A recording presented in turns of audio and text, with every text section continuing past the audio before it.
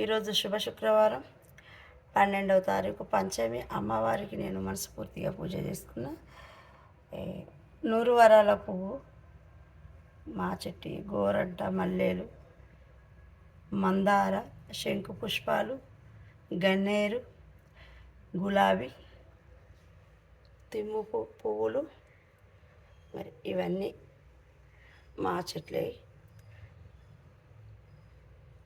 అమ్మవారికి 8 రకాల పుష్పాలతోటి నేను మనస్ఫూర్తిగా పూజ చేసుకున్నా. పరమన్నం అంటేనే ఆమెకి ఇష్టం, అదే కొంచెం పరమన్నం చేసిన. సీతాఫలం ఈరోజే వచ్చినాయి మాకు 5, ఒకటి దేవునికి 5 పండ్లు వచ్చినాయి.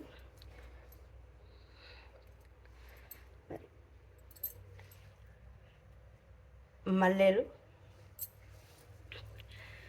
మరి అమ్మవారికి నేను చేతి నిండా పూలు ఉంటే నాకు చాలా ఇష్టం, మంచిగా నేను పూజ చేసుకుంటాను.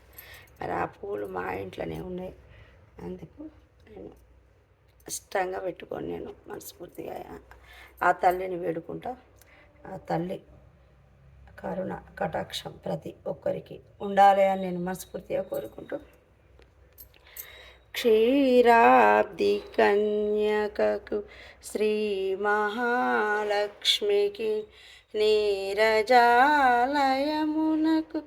నీరాజనం నిత్య నీరాజనం.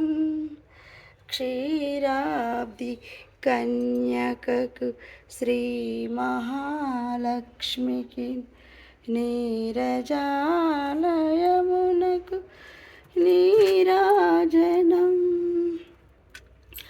నిత్య నీరాజనం. అమ్మవారికి పచ్చకర్పూరం అంటే చాలా ఇష్టం. మరి పచ్చకర్పూరంతో మనం కర్పూర హారతి ఇస్తే ఆ అమ్మకు కృపకు మనం దగ్గరైతే ప్రతి ఒక్కరికి అమ్మ దీవెనలు ఉండాలి అని నేను మనస్ఫూర్తిగా కోరుకుంటూ, అమ్మ చల్లని చూపులు ఉండాలి. అమ్మ దీవెనలు ఉంటే అన్నీ ఉన్నట్టే.